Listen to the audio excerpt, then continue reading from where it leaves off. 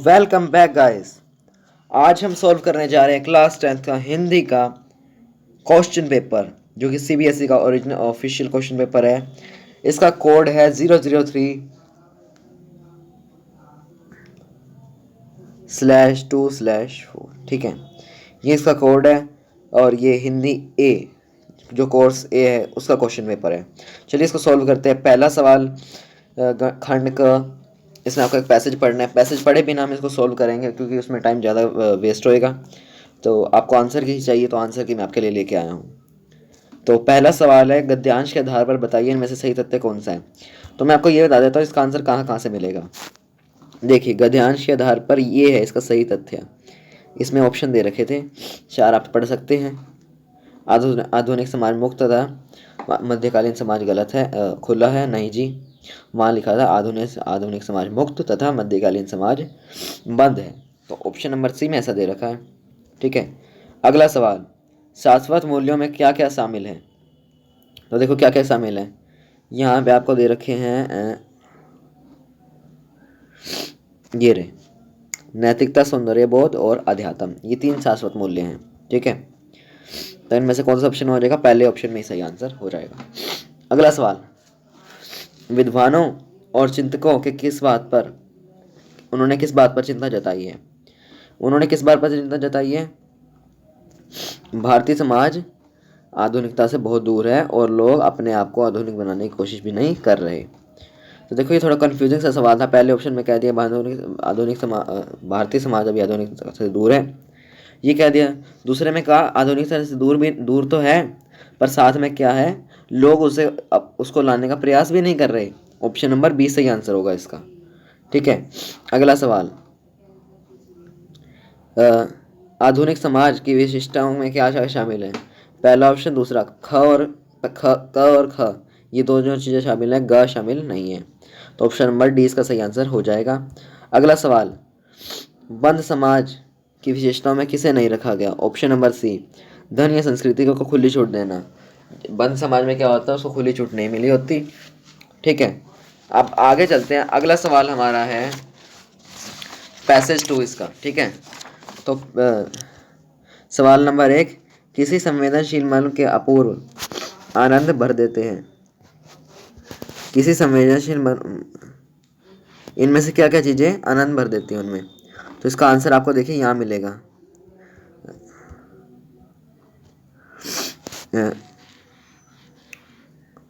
चांदनी सी चमकती नीली लंबी नहरें, नदियाँ और पन्ना की तरह चमकते हुए हरे हरे खेत। 3 चीज़ें हैं, नदियाँ, नहरें और खेत। ठीक है, ऑप्शन नंबर ए इसका सही आंसर हो जाएगा। ठीक है, अब देखो ऑप्शन नंबर सी आपको कंफ्यूज करने के लिए देखा, जैसे अगर 4 ऑप्शन पढ़ो तो आपको कंफ्यूज करने के लिए सी भी लग सकता है, पर ऑप्शन नंबर ए इसका सही आंसर है। लेखक की दृष्टि से बंगाल की शस्य श्यामता सौंदर्य में क्या नहीं है, कैसा नहीं है। तो वो विस्मरणीय है, मायावी है, आकर्षक है। ठीक है, और क्या नहीं है, वो असामान्य नहीं है। तो क्या नहीं बचा, वो असामान्य नहीं है। ठीक है, आगे चलते हैं। इनमें से कौन सा युग्म गद्यांश के आधार पर सही है। फसल घनी, समुद्र तट रेतीले, ठीक है, और कंचनगंगा मंधवा, चाय बागान सुनहरे। तो गद्यांश के आधार पर, ठीक है, गद्यांश के आधार पर क्या सही है? ऑप्शन नंबर बी सही है। ठीक है, आपको मैं दिखा देता हूँ कहाँ दे रखा है ये सारा कुछ। तो आप देख सकते हैं यहाँ पर कंचनगंगा के उत्तुंग शिखर दे रखे हैं, सुंदरवन की घने जंगल हैं, रेतीली समुद्र तट, हरे भरे चाय के बागान। ठीक है, तो ये बातें यहाँ दे रखी हैं। तो इसका आंसर नंबर हो जाएगा बी। आगे चलते हैं ऑप्शन नंबर 9 की तरफ। दो बातें दे रखी हैं। धरती में यह धरती युगों से महान लेखकों को, कवियों को और कलाकारों को प्रेरित करती रही है। यह धरती प्राकृतिक छटाओं से भरपूर है। ठीक है, अब आपको बताना है इनमें से क्या चीज़ सत्य है, क्या चीज़ असत्य है। ये दोनों सत्य हैं, ये दोनों असत्य हैं। तो पहली बात तो इसमें सत्य है, ठीक है, कि धरती जो है वो महान लेखकों, कवियों को और कलाकारों को जो है प्रेरित करती रही है। ठीक है, पहली बात सही है इसमें, और दूसरी बात जो है, और दूसरी बात भी सही है। ठीक है, तो ऑप्शन नंबर ए इसका सही आंसर हो जाएगा। आगे चलते हैं, अगला सवाल है हमारा, गद्यांश का केंद्रीय विषय क्या है? अविभाजित बंगाल की दृष्टि का सौंदर्य। नहीं, सॉरी, इसका है प्रकृति का मनुष्य के ऊपर पड़ने वाला प्रभाव। इसका केंद्रीय विषय ये है, मेन जो इसका मोटिव है, सेंट्रल आइडिया जिसको कह सकते हैं। आगे चलते हैं दूसरे सवाल की तरफ, जिसमें पद्यांश आ जाता है। आपकी कविता को पढ़े भी नाम आंसर बताएंगे। तो कवि ने इसमें रंग भेद की नीति के खिलाफ अपना वो करा है, समस्या के बारे में बताया है। अगले में है किसके बिना जीना व्यर्थ है? तो प्रेम के बिना जीना व्यर्थ है। उज्जवल सफेदी का गर्व का मतलब क्या है? मिथ्या, छल और अभिमान। Option number C. आगे चलते हैं, अगला सवाल है, कवि कहता है रंगों का राजा तो है रंग भीतर वाला, मतलब आंतरिक गुण और स्वभाव। ठीक है, आगे चलते हैं, गोरे और काले वर्ण के लिए प्रकृति से कौन सा प्रतीक दिया गया है? धरती और आसमान का। Option number B. ठीक है, अब आगे चलते हैं, अगला सवाल है हमारा, इसी का जो दूसरा पद्यांश था उसकी तरफ बढ़ते हैं हम। तो इसका ऑप्शन, पहला क्वेश्चन दे रखा है, घर में किस प्रकार गंध पसरी हुई थी? तो घर में किस प्रकार की गंध पसरी हुई थी? निर्जनता और बंद हवा की। आगे चलते हैं, पोटली में बंधे चनों के अंकुरित होने का क्या अर्थ है? इसका अर्थ है ऑप्शन नंबर बी। अगला सवाल है, मन, मकान, जड़ और एक स्थान के पर स्थिर होने के बाद भी कवि की यात्राओं में गतिशीलता सहयात्री, यह भाव किस पंक्ति में है? क्या मकान, जड़ और एक स्थान पर स्थिर होने के बाद भी कवि की यात्राओं में गतिशीलता जो है वो रही हुई है, ये किस किस पंक्ति में इसका भाव है? तो इसका भाव हो जाएगा, तो इसका ऑप्शन नंबर सी सही आंसर हो जाएगा। अगला सवाल, काव्यांश की शैली किस प्रकार है? ये शैली है कथनात्मक। आगे चलते हैं, कवि के 2 दिनों के बाद घर में लौटने पर घर की जो स्थिति थी उससे कौन सी बात स्पष्ट की जा सकती है? तो उससे ये बात स्पष्ट की जा सकती है, घर जो है निर्जन स्थान पर है। ठीक है, आगे चलते हैं, अगला सवाल है, व्याकरण में पहुंच चुके। व्याकरण का पहला सवाल हमारा, मूर्ति पर सरकंडे का चश्मा लगा, मूर्ति पर जो चश्मा था, मूर्ति पर चश्मा रखा था जो सरकंडे का बना था, ये है मिश्र वाक्य। अगला सवाल, इनमें से कौन सा सरल वाक्य नहीं है? तो ऑप्शन नंबर सी, अंतरा विद्यालय नहीं गई, पर क्यों यह पता नहीं। इसका ऑप्शन नंबर सी हो जाएगा। अगला सवाल, बाल को वीर भगत खेतों में रोपाई कर रहे थे जब लोग उनको देख रहे थे। तो आपको बताना है ये किस टाइप का आश्रित उपवाक्य है? तो ये संज्ञा क्रिया विशेषण आश्रित उपवाक्य। Option number B. आगे चलते हैं, विश्व भर में प्रसिद्ध हिंदी अंग्रेजी शब्दकोश तैयार किया। इसको आपको चेंज करना है संयुक्त वाक्य में। ऑप्शन नंबर डी इसका सही आंसर हो जाएगा। उन्होंने हिंदी अंग्रेजी शब्दकोश तैयार किया और वह विश्व भर में प्रसिद्ध हुआ। अगला सवाल है, निम्नलिखित में से मिश्र वाक्य कौन सा है? तो कौन सा है? जिसने भी परिश्रम किया वह अवश्य सफल होगा। Option number C. आगे चलते हैं, अगला वो जो क्वेश्चन पार्ट आ गया, इसमें वाच्य के आधार पर सवालों के जवाब देने हैं। पहला क्वेश्चन है इसमें कि अध्यापक द्वारा कक्षा का जायजा लिया गया, इस वाक्य में कौन सा वाच्य आपको ये बताना है? तो द्वारा जहाँ आता है वो होता है हमारा कर्मवाच्य। ठीक है,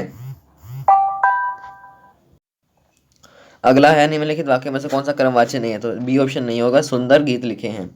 अगला सवाल, हमसे तकलीफ नहीं सही जाती, तो आपको इसको कर्तरी वाच्य में बदलना है। कर्तरी वाच्य में बदलेंगे तो क्या कहा जाएगा, हम इतनी तकलीफ नहीं सह सकते, यानी ऑप्शन नंबर सी। अगला सवाल, फटाफट अगले सवाल में पढ़ते हैं। प्लीज़ वीडियो को लाइक कर दीजिएगा अब तक नहीं करा तो। कि सवाल पूछ रखा है कर्तरीवाच्य का उदाहरण कौन सा है इनमें से, तो ऑप्शन नंबर सी सही आंसर डी सही आंसर हो जाएगा। तुलसीदास ने रामचरितमानस की रचना की। अब कैसे पता लगेगा, के द्वारा जहाँ आ गया वो कर्मवाच्य, से जहाँ आ गया वो भाववाच्य या कर्मवाच्य भी हो सकता है, और द्वारा जहाँ आ गया वो कर्मवाच्य। ठीक है, तो ये तीनों ना नहीं होंगे, बाकी बचा यही होगा आंसर। ठीक है, आगे चलते हैं। 30th क्वेश्चन, राधा अब उठ बैठ सकती है, तो इसको भाववाच्य में बदलेंगे, हो जाएगा राधा राधा से अब उठा बैठा जाता है। 31वें सवाल में पहुंच चुके हैं। अगला क्वेश्चन है, निम्नलिखित वाक्य में से कौन सा कर्मक क्रिया के रूप में प्रयुक्त हुआ है, ऑप्शन नंबर सी इसका सही आंसर हो जाएगा। मेरी बहन एक अच्छे विद्यालय में पढ़ती है। अगला सवाल, यह है मेरा पसंदीदा रेस्तरां है, इसका पद परिचय क्या होगा, सार्वनामिक विशेषण है, पुल्लिंग है, एक वचन है, रेस्तरां का विशेष्य। ठीक है, अगला सवाल है, उफ ये क्या है, विस्मयादि बोधक है, अचरज सूचक है, ऑप्शन नंबर सी।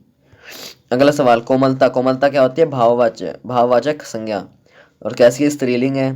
ठीक है, और एक वचन भी है और कर्म कारक भी है, ऑप्शन नंबर ए ही सही आंसर हो जाएगा। घर के साथ एक बागीचा होता था, आपको के साथ का जो है पद परिचय देना है। के साथ क्या है हमारा, संबंध बोधक है। ठीक है, एक ही ऑप्शन है संबंध बोधक, ऑप्शन नंबर ए। अगला सवाल, हास्य रस का स्थायी भाव क्या है, हास्य रस का स्थायी भाव है हास।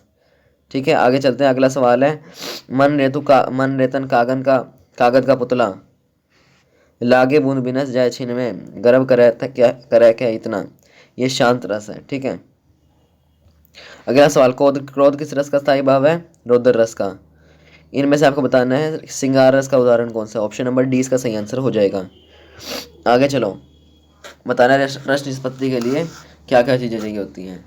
तो स्थायी भाव तो पहले ही होता है, और बाकी आपका विभाव, अनुभाव और संचारी भाव, ये 3 चीज़ें चाहिए होती है, ऑप्शन नंबर ए ही सही आंसर इसका हो जाएगा। अगला सवाल, खंड ग, इसमें आपको गद्यांश दे रखा है, जो आपके चैप्टर नंबर जो बाल गोविंद भगत चैप्टर उससे लिया गया है। तो सवाल है पहला, इनमें से कौन से माह का उल्लेख इनमें नहीं हुआ। देखिए अब इसका आंसर कैसे निकलेगा, तो कार्तिक में शुरू हुई, फागुन में ख़त्म हुई, और माह के महीने की रात, तीन उसका यूज़ हुआ, चौथा जो बचा आश्विन, इसका नहीं हुआ। अगला सवाल, गाते गाते मस्त हो जाते उत्तेजित होते, इसका मतलब क्या है, गाने की धुन में सुध बुध खो देना। ठीक है, अगला सवाल, भगत के विषय में इनमें से कौन सी बात सही नहीं है, भगत के विषय। ठीक है, तो इनमें से कौन सी बात सही नहीं है, बहुत अधिक सर्दियों में उनकी उंगलियां खंजरी पर नहीं चल पाती, तो ऑप्शन नंबर सी इसका सही आंसर हो जाएगा। अगला सवाल, लेखक ने अपनी दिनचर्या के बारे में क्या क्या रेखांकित करा है, क्या कहा है, उसने कहा है वह शुरू से ही देर से सोने वाला व्यक्ति था। आप पैराग्राफ में पढ़ भी सकते हैं इसको। तो गाइस, अगला सवाल, पूरब में लोई लग गई, तो इसका मतलब क्या होगा, पूरब से सूरज निकलने की लालिमा, सूरज निकलने से पहले की लालिमा है। ठीक है, इसका मतलब ये है। अगला सवाल, अब आपको जो चैप्टर में से आपके गद्य खंड था उसमें से 2 सवाल हैं, उनका जवाब देना है। पहला सवाल है, हालदार साहब ने कैप्टन द्वारा नेताजी के चश्मे लगाने के अनुमान लगाए, कौन कौन सी इनमें से कौन सा कथन सही नहीं है। तो कौन सा कथन सही नहीं है, उसने चश्मे का विज्ञापन करने के लिए करा होगा, नहीं ये बात सही नहीं है, ऐसा उसने कहीं, ऐसा जो हालदार साहब थे उन्होंने कहीं सोचा ही नहीं था। अगला सवाल हमारा, सवाल नंबर 47, इसका आंसर इसमें पूछ रखा है, मूर्ति किस चीज़ की बनी थी, संगमरमर की मूर्ति बनी थी। अगला सवाल, ये आप पद्यांश है, ये पद्यांश है आपका दूसरे चैप्टर में से लिया गया है, पद्यखंड के, जो था राम लक्ष्मण परशुराम संवाद। ये जो सवाल है ये बाहर से आया है, जो आपके चैप्टर में नहीं था। सवाल है, लक्ष्मण ने जब परशुराम को व्यंग किया, तो माता पिता के ऋण में से उसने व्यंग क्या कहा कि आप माता पिता के ऋण से अच्छी तरह उऋण हो चुके हैं, मतलब ऋण मुक्त हो चुके हैं। तो ऐसा उसने किस लिए किया, व्यंग करा है, व्यंग में मतलब कुछ ना कुछ बुरा ही होगा, तो पहले 2 ऑप्शन तो हो ही नहीं सकते। ठीक है, अगला सवाल है, ये 2 ऑप्शन है, इन दोनों में डाउट है, ऑप्शन नंबर सी भी हो सकता है, डी भी हो सकता है इसका आंसर। आगे चलते हैं, क्योंकि उसने अपनी माता का तो गला काटा था, पिता का बारे में इतना कोई नॉलेज अभी हमारे को मतलब पता नहीं है, तो इसका ऑप्शन नंबर ए सी भी हो सकता है, डी भी हो सकता है। आपने जो सा करना मुझे कमेंट बॉक्स में ज़रूर बताना। अगला सवाल, लक्ष्मण के लक्ष्मण के कड़वे वचनों को सुनकर परशुराम की कौन सी प्रतिक्रिया उसने कौन सी प्रतिक्रिया की? उसने क्या करा? फरसा संभाला और आगे बढ़ा। ठीक है। अगला सवाल, लक्ष्मण का व्यवहार परशुराम के प्रति कैसा था? कुटिलता भरा व्यवहार था। यार 50 सवाल हो गए। प्लीज़ वीडियो को लाइक और चैनल को सब्सक्राइब करो फटाफट से, दोस्तों कर दो फटाफट। आगे चलते हैं। 51वां सवाल, परशुराम को भृगुवर क्यों कहा गया? वो भृगु ऋषि का वंशज था। नहीं, को नहीं जाने विदित संगल संसार, को नहीं जान विदित संसारा। इसका मतलब है संसार भर में से कौन नहीं जानता। Option number B. अब 2 सवाल रह गए हमारे लास्ट के, जो कि आपके पद्य खंड में से आए हुए हैं। ये दोनों ही सवाल आपके जो सूरदास के पद चैप्टर है उसमें से लिए गए हैं। सवाल नंबर जो 53 क्या है? गोपियों उद्धव को योग संदेश को सुनकर किसके लिए उपयुक्त, ये जो योग का संदेश है किसके लिए उपयुक्त बताती है? जिनका मन अस्थिर है। Option number B. अगला सवाल, गोपियों का क्या कड़वी ककड़ी के समान लगता है? आप कहोगे उद्धव की बातें नहीं जी, उद्धव की बातें नहीं लगती, योग का संदेश लगता है, अगर आपने सारे ऑप्शन पढ़े हो तो 54 के 54 सवाल हमने सॉल्व कर लिए हैं। आप मुझे कमेंट बॉक्स में ज़रूर बताना आपके कितने मार्क्स बने। ठीक है, तो वीडियो अच्छी लगी तो प्लीज़ लाइक और चैनल को सब्सक्राइब कर दीजिए। मिलते हैं नेक्स्ट वीडियो में, बाय।